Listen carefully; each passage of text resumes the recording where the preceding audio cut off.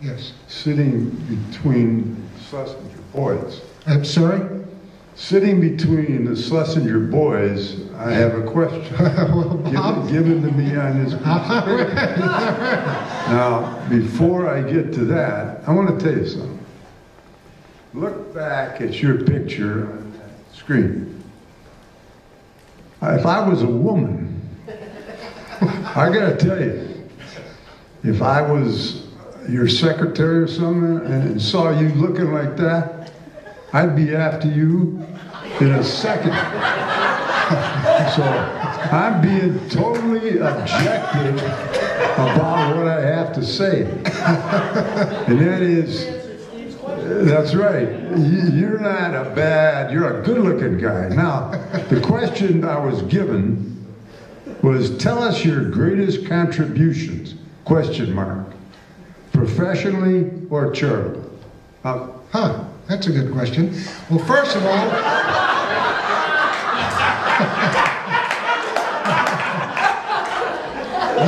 let's get back to the secretarial pool.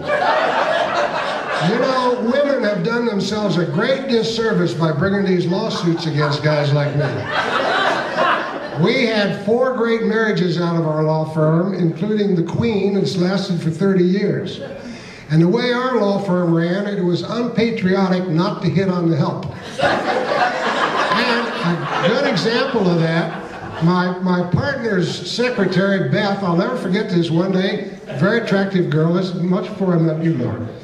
And she walked down the hall, and I patted her on the ass, I said something I thought was provocative. And I'm starting to walk on, she said, Mr. Welch. And I turned around, she says, don't you ever do that again. I said, well, okay.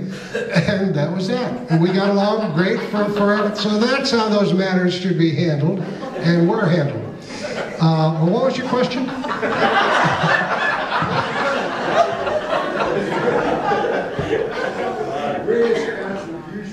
Question mark, professional or charitable? Well, let's put it this way. When I started off, I got out of night school. I had a wife and 2 kids. I lived in a 2-car garage. It had been made into a habitable place. And I had no money, obviously. Well, without the good luck of the help I got here and the verdicts I got, there'd be no charitable foundation. Now, I'll tell you how that works. That's interesting. One of the leading business lawyers in Kansas City, Bobby Fisher, he was, what's that tax firm again? Oh, he was Henry Block's lawyer. We're at lunch at the club. He said, Lance, I know how much money you give and do things and this, that, and the other. He says, you should start a charitable foundation. I said, Bobby, are you nuts? I said, that's for rich people. He said, Lance, you never will get it. He says, all of my clients, they're all leveraged. They got a lot of talk, a lot of bullshit, but he says, you probably have more money in the bank than the top half of 1% of all the people in the city. I said, oh, bullshit. He said, I'm just telling you it's true. He says, people start foundations with $50,000. So I concluded something, I don't remember what, and he said, now the good news is you can take $3 million and put it in there and not pay taxes on it, whereas what you've been doing is you pay your taxes and then you just keep on spending the money, which is dumb. I said, okay, so we'll do that. Now the good news about all this is up to that time, you know, judges and doctors and lawyers, I'd help them and do stuff, and I'd say, oh, you don't owe me anything, and I'd talk around the country, and no, I don't want an honorarium. Well, I started carrying around these envelopes that said the Lance Welch Charitable Foundation. I said, well, if you really mean that, you know, I would take a donation. So that swelled it. So the point is, now getting back over to here, of all the people we've been able to help, and particularly, oh, by the way, the real change was anytime anybody came up to me and had a hard story, I'd just say, sure, and we'll. I made Laura the president of the foundation, and boy, did things change. People now have to fill out forms, and they have to do this, and she gets people that join in with her, and she's raised, I don't know whether, well, if you ever go to our website, you'll see a 38-room castle. She's raised over $7 million using that castle for inner city projects. This is the kind of woman I married. Right now, She's with a big, why can't, okay. All right, so any more questions? I ran you out. If you hadn't have been Lance Welch, Who would you have been? I would have been Chuck Yeager. In a heartbeat. Oh, you can do it again, aren't you? No, I want to tell you, for those of you who don't know, just the ripple effect of some of the things that we do quite unintentionally. Lance, for all of his pizzazz, he's larger than life, and he's got a wonderful woman. I said that. But something more important.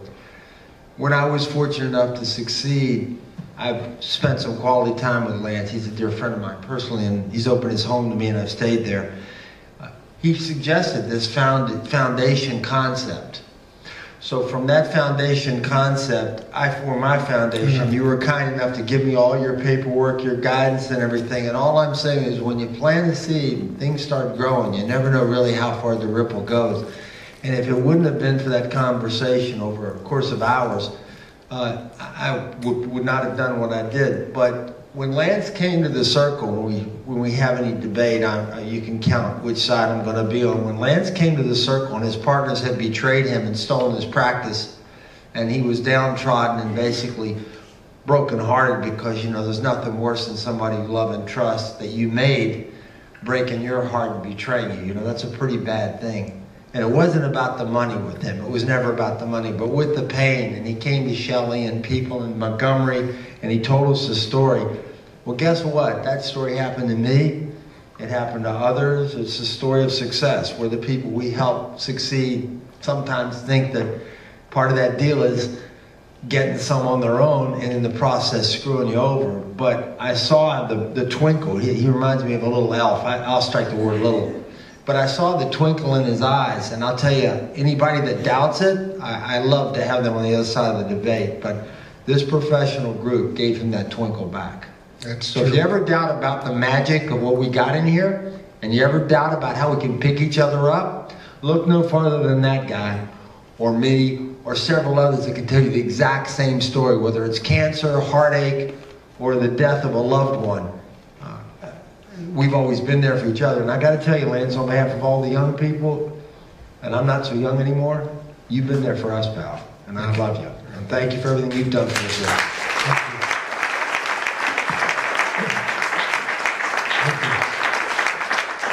Are there any more prepared questions? Lance. Yes. Oh, the author.